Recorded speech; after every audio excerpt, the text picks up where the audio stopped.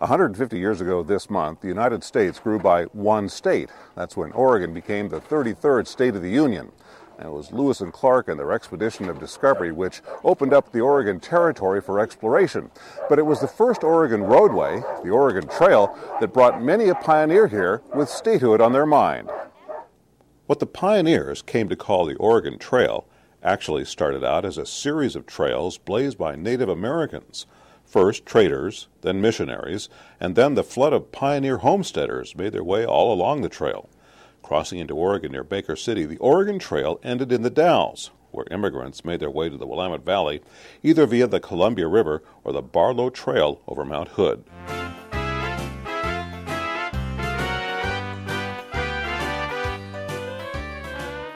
The automobile became popular in Oregon in the early 20th century.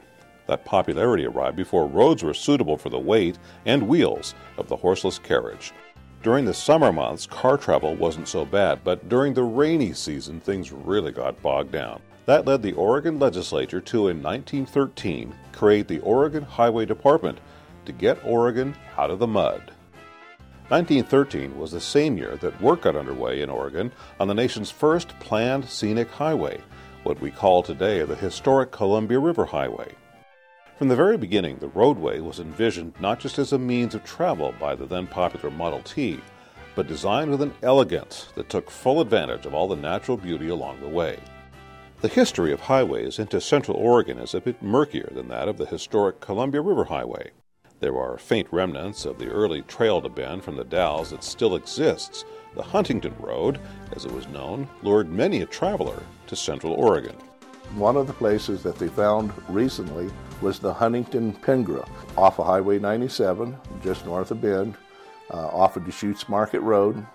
And it's a trail that runs alongside the canal on the east side of the highway. BLM went in to clean it up, and they get to looking at all of the garbage, the bottles, the cans, the metal that's there, the debris, and they decide that's all 100, 150 years old. Another road from the early days was the first route over Mackenzie Pass, known as Craig's Mackenzie Salt Springs Deschutes Wagon Road. It was completed in 1872. This toll road connected the Willamette Valley with Camp Polk, near what is now Sisters. The charge was $2 for a wagon drawn by 2 horses, $2.50 for a wagon with 4 horses, $1 for a man on a horse, and 10 cents for each loose cattle and horse. Our past comes alive on Oregon 31, the Outback Scenic Byway, which started out as a cattle trail for the early pioneers and serves double duty at times when stockmen move their herds between winter and summer ranges.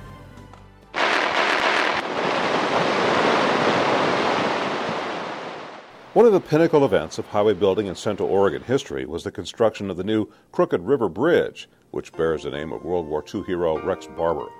It replaced the older Crooked River High Bridge built in 1926, as that bridge became too small to handle today's highway demands. In 1996, ODOT started building the Bend Parkway and finished it in 2002.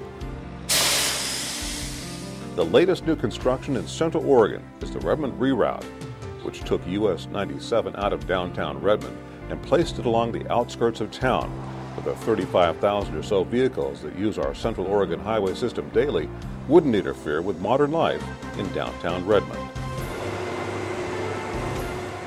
We're going to continue to improve on the system. We're going to flatten slopes, we're going to flatten curves, we're going to try and make the best out of the system that we have, but you'll never be complete, no matter who you are or where you're at, until you know where you've been.